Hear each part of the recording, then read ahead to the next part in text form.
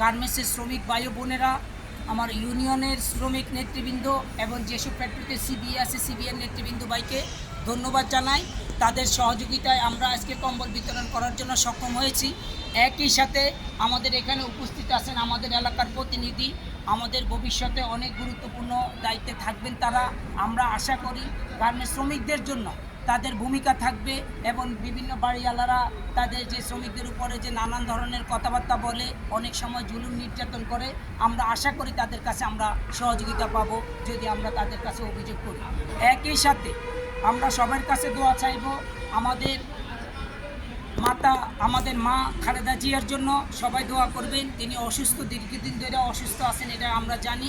ওনার জন্য দোয়া করবেন। আমাদের প্রেসিডেন্ট জনাব আমিনুল হক আমিন, উনিও দীর্ঘদিন ধরে অসুস্থ আছেন।